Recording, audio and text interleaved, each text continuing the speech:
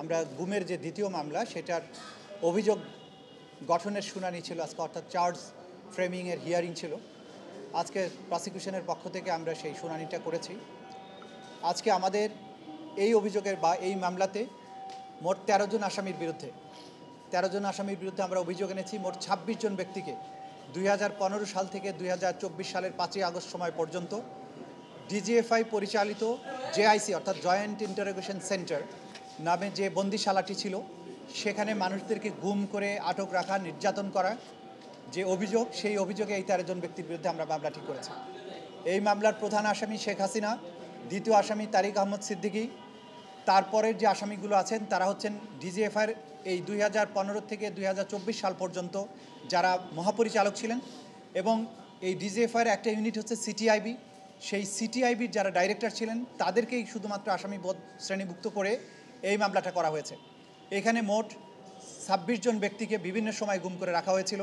তার মধ্যে সবচেয়ে বেশি সময় ধরে আটক ছিলেন সেনাবাহিনীরই একজন ব্রিলিয়ান্ট অফিসার ছিলেন ব্রিগেডিয়ার জেনারেল আবদুল্লাহ আমান আজমি সহ আরও ২৫ জন ব্যক্তি।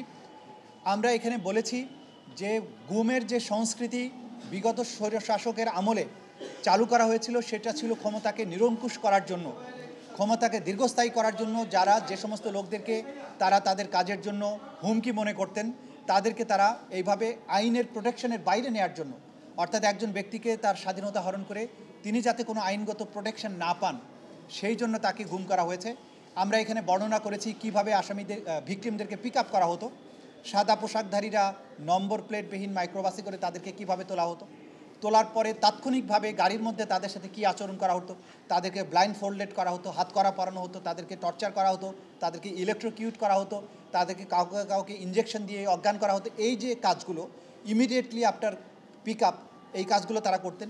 এরপরে তাদেরকে বিভিন্ন জায়গায় নিয়ে যে বন্দি করে রাখা হতো, তার মধ্যে যে প্রধান যে বন্দিশালাটা ছিল সেটা ছিল জেআইসি অর্থাৎ প্রতিরক্ষা মন্ত্রণালয়ের অধীনে পরিচালিত যে আমাদের ডিজিএফআই, তার যে একটা বন্দিশালা ছিল সেটা আইনসম্মত কাজের জন্যই তৈরি করা হয়েছিল।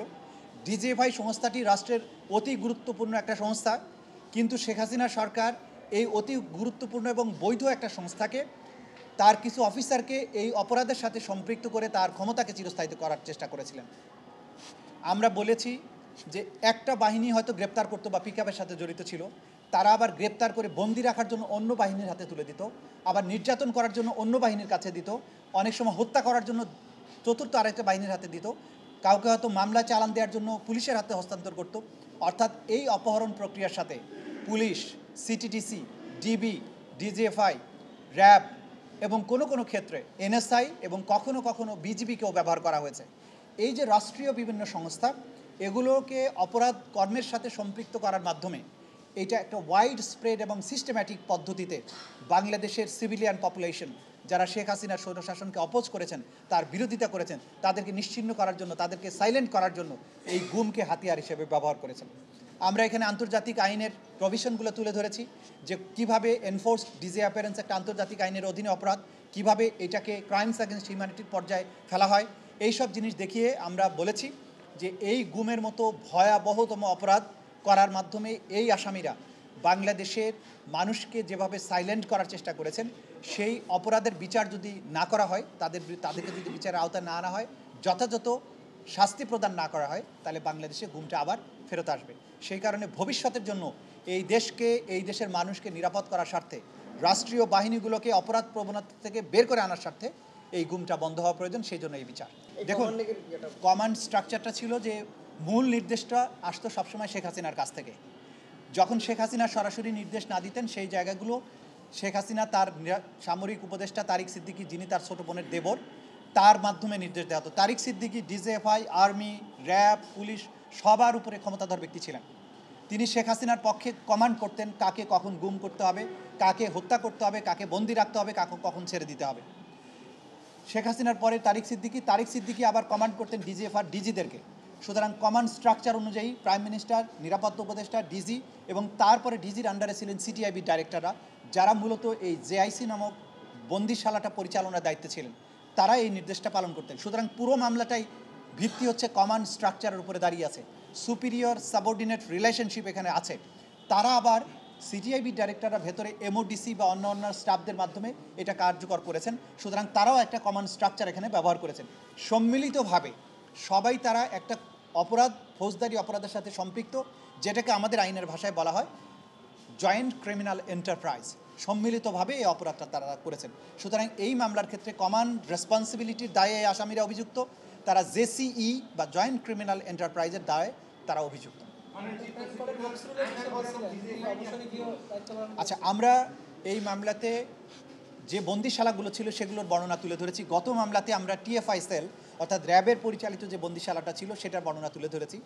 আজকে জেআইসি অর্থাৎ জয়েন্ট ইন্টারোগেশন সেন্টার, যেটাকে আয়নাঘর বলা হয়, সেইটার বিবরণ তুলে ধরেছি, যেটা ঢাকা ক্যান্টনমেন্টের ভেতরে ডিজিএফআইয়ের সদর দপ্তরের দক্ষিণ পাশে মেস বির মাঝখানে একটা দ্বিতল বিশিষ্ট ভবন, যেখানে অসংখ্য ছোট ছোট খোপের মতো বন্দিশালা আছে, যেগুলো প্রথমত মোটা রডের যে গ্রিল দেওয়া আছে, তার বাইরে স্টিলের ঢাকনা দেওয়া আছে। এখানে ভিতরে কোনো লাইটের ব্যবস্থা নেই। প্রত্যেকটা সেলের ভিতরে একটা সিসিটিভি ক্যামেরা লাগানো আছে। ভেন্টিলেশনের জন্য ক্ষুদ্র একটা ভেন্টিলেশনের জায়গা আছে, যেখানে একটা এক্সস্ট ফ্যান চালানো থাকতো। যখনই কোনো আজান হতো বা বাইরের কোনো শব্দের কারণে আসামিরা তাদের অবস্থান বুঝতে পারবে, সেই রকম সময় হলে করিডোরে যে এক্সস্ট ফ্যান ছিল অনেকগুলো, সেগুলো তীব্র শব্দ করতো, সেগুলো চালিয়ে দেওয়া হতো। কখনো কখনো সাউন্ড বক্সে উচ্চ শব্দে গান বাজানো হতো। কখনো কখনো তাদের সেলের ভেতরে যে এক্সস্ট ফ্যানগুলো ছিল সেগুলোকে চালিয়ে দেওয়া হতো।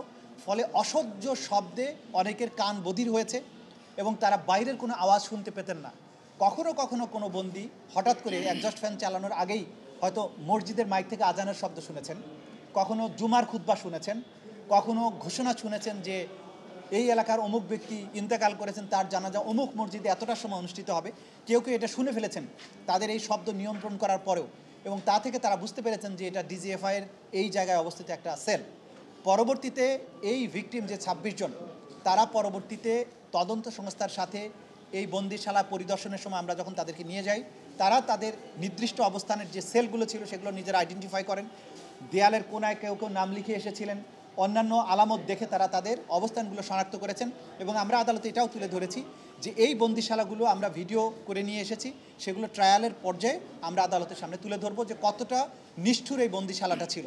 আমরা এটাও বলেছি যে এখানে 20 জন 25 জন বন্দী যদি সবসময় থাকতো, সবার ব্যবহারের জন্য বাথরুমের সামনে একটা গামছা, নোংরা অপরিচ্ছন্ন একটা গামছা টানানো থাকতো, সেটা দিয়েই সবাইকে হাত মুখ মুছতে হতো, গোসলের সময় ব্যবহার করতে হতো।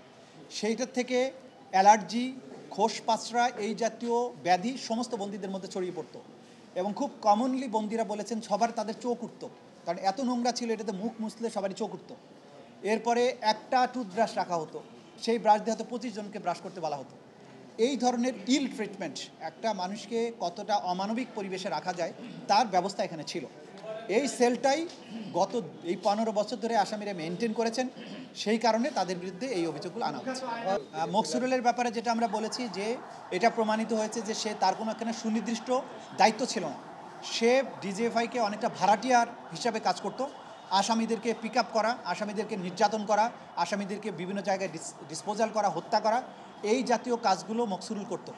ফলে তার সুনির্দিষ্ট চার্টার অফ ডিউটি না থাকা সত্ত্বেও অনেকটা ফ্রিল্যান্সারের মতো, মার্সেনারিজের মতো সে ডিজিএফআইয়ের এই অপারেশনগুলোতে নিজেকে সম্পৃক্ত করতে, এবং সেই কারণে কুখ্যাত একজন ব্যক্তি, সে পলাতক আছে, তাকে গ্রেপ্তার করা সম্ভব হলে এই বিচারের মধ্য দিয়ে তাকে বিচারের মুখোমুখি করা না। ওইটা অন্য একটা মামলা, সেগুলো আমরা সময় নিয়েছি, যেহেতু তাদের বিরুদ্ধে ফরমাল চার্জ দাখিল হয়েছে।